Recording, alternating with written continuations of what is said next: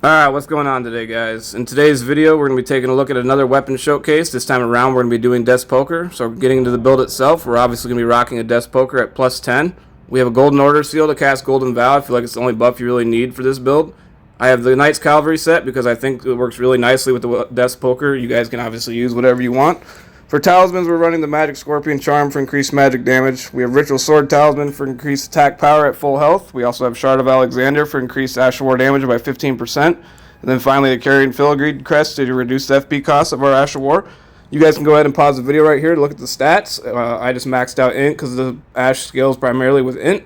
And I also have the Opaline Bubble tier and the Magic Scrying Track tier in my Physic. Keep in mind, all bosses featured in this video are on New Game plus 6, so the scaling is definitely a little higher than base game. But with all out of the way, let's get right into the bosses. So kicking things off with Margit, this one's fairly simple. We're going to start off with a Ghost Trail right here because he kind of just moseys on towards you. So it's basically free damage. As you guys can see, he's just going to stand in the Ghost Flame, already proccing the Frostbite. He's going to go for a jump, and I'm going to go for a nice little poke here, which is going to push him into his phase transition range. His Hammer Slam is an excellent opportunity to go for another Ghost Flame charge. So we're going to want to roll into the hammer just like that. Fire off another Ghost Flame, I go for the explosion. He bounces out of it, which is perfectly fine. He's going to go for a couple more holy attacks here, and I'm going to dodge out of the way. Another Hammer Slam, once again, perfect opportunity to attack him. I'm going to hit him with a couple swipes. And right here, I actually thought I was going to take him out with a heavy, but it doesn't. I get punished for it, which is fine. Going to go ahead and recover out of that and get out of the way of this. And one more swipe, he goes down. Pretty straightforward, but obviously Margit's iconic, so I wanted to include him in here. Let's move on to Godric. So just like Margit, with Godric, you're just going to start things off with a Ghost Trail usually. He just kind of stumbles toward you or goes for this Hammer Swipe move here, which either one is fine. I'm going to go ahead and proc the Frostbite on here. I'm going to follow that up with a Ghost Flame Explosion, which is some serious damage when the target's already frostbitten. He trades me out, which is fine. I'm going to go for a Heavy here, which is going to push him into phase transition. Just going to roll around him and do a little bit more damage with the Ghost Flame right here. Starting things off in phase 2, we're always just going to want to run straight toward him if the damage capability is there, just kind of taking him out before he can do anything. Going to go for the Ghost Flame and actually get a nice little stagger here, and we're going to go for another poke, and that should just take him out right there. Perfect. Godric, pretty straightforward boss, always a pleasure to fight though. Let's move forward to Radahn. So with Radahn, you kind of need to know his moveset decently well. He definitely has a couple openings where you can kind of open up for an attack. Primarily his phase transitions, there would be the opportune time to hit him with the Ghost Trail, but for whatever reason he didn't open up with his 6-part attack like he normally does for me, which is fine. I'm going to start it with the Ghost Flame Explosion, and there's the phase transition I was talking about right there. Perfect opportunity to lay down a Ghost Trail. Get out of the way of that, I'm going to get back underneath him here and go for another explosion. He kind of trades me out and staggers me out of it a little bit, which is fine with that one right there too, same thing. But he's going to go and try and fly here, and I actually managed to take him out before he can even phase transition. The damage on this really speaks for itself. So, kind of a shorter fight, but always worth fighting Radahn for sure. Wait, we're doing Mohg next? That's right, we're doing Mohg next. As you guys probably know, that you can complete Vari's quest after killing just one Shard Bearer. I like getting into Mohgwyn Dynasty Mausoleum fairly early, and Mohg's a prime target for Desk Poker, so I figured I'd go ahead and showcase him. Start things off with the Ghost Trail because he kind of just walks right into it at the beginning of the fight, making it prime time for doing some good damage. Get out of the way of the Blood Flame Talons, and he clips me right here, which is perfectly fine. That second Ghost Trail actually pushes him into the second part of his transition, so this is a prime opportunity once again to go for a couple more Ghost Trails. I'm going to just sit here and tank this because my damage far outweighs what he's doing to me. And right here with one more Ghost Trail, we're going to go ahead and take him out. No phase transition, no problem. If you guys made it this far in the video, I would sincerely appreciate it if you consider dropping a like on the video. It just shows me that you support it. With that out of the way, let's get into Godfrey. So for Godfrey, ideally what you're going to want to do is do exactly what I don't do here and bait out his axe throw attack. That way he's idle for a moment and he doesn't clip you like he does to me. Or this attack right here where he does his turnaround is a perfect opportunity, plenty of time to go for a slam or a Ghost Trail. The rest of the time he can be pretty movie, so your damage windows can be kind of limited. But if you're just using the swipes instead of just the Asher War, that's perfectly fine. And right here, we're going to just kind of dance for a little bit. I get a little bit impatient when this happens because he can be really passive at times. So I'm just going to go ahead and attack him just to kind of push the fight along a little bit. Going to go for a swing here to get out of the way of the stomp right there. Roll into this one there. He's going to go for another stomp, jump over that one like that. He's going to get out of the way of this, and I go for another swing. He clips me a little bit, which is fine.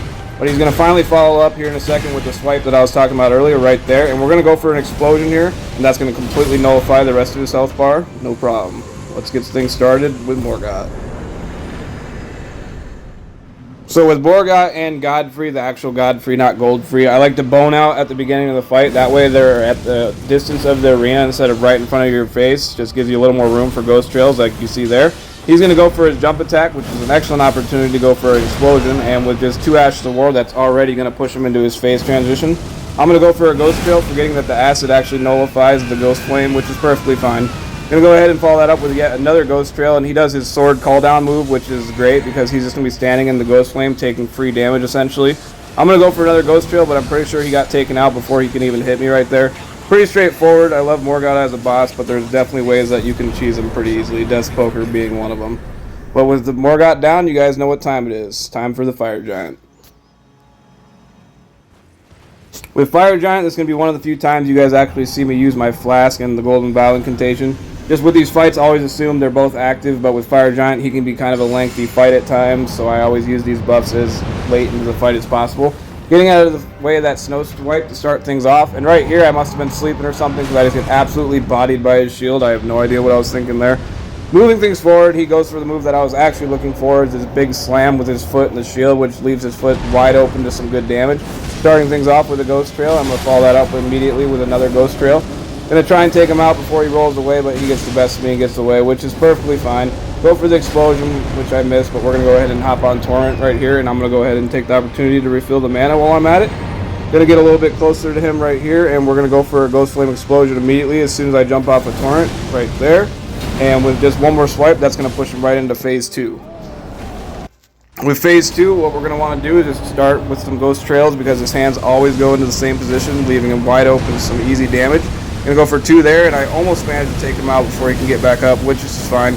And then once he goes into this slam right here, going to leave him wide open to some damage because he's completely idle. And with one more Ghost Trail, we're going to take Fire Giant out. Pretty quick fight, no stupid stuff that he did to me, and gave me really good attacks. But we're going to get on with Godskin Duo.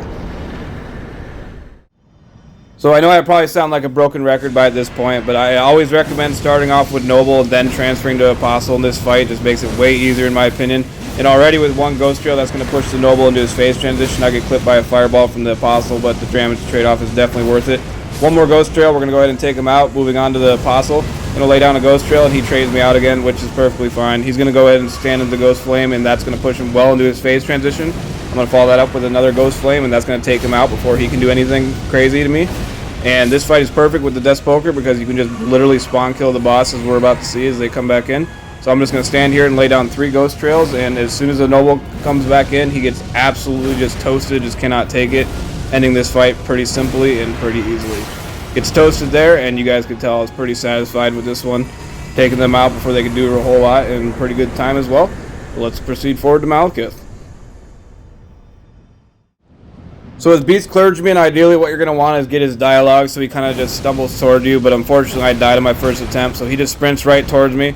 But I'm going to make do with what I can, proccing the Frostbite with just one Ghost Trail. Get out of the way of his rock swings and throws here, and right here I managed to do a perfect opportunity for a Ghost Trail, but unfortunately he doesn't get aggressive and follow up by charging me. As you guys can see, the Ghost Trail is literally just barely touching him.